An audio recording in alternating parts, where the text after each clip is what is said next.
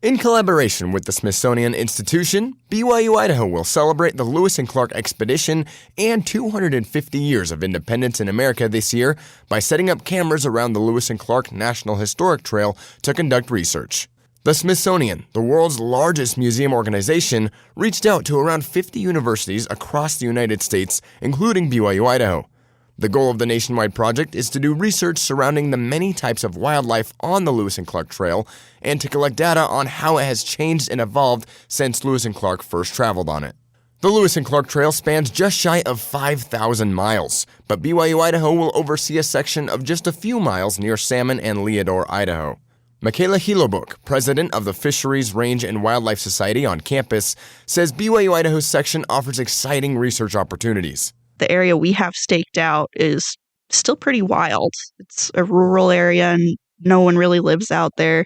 So we have a higher likelihood of finding a lot of those animals that Lewis and Clark would have actually seen. We have a pretty cool spot. The university will deploy 10 motion sensing cameras on its section of the trail to gather photos of any activity starting in June.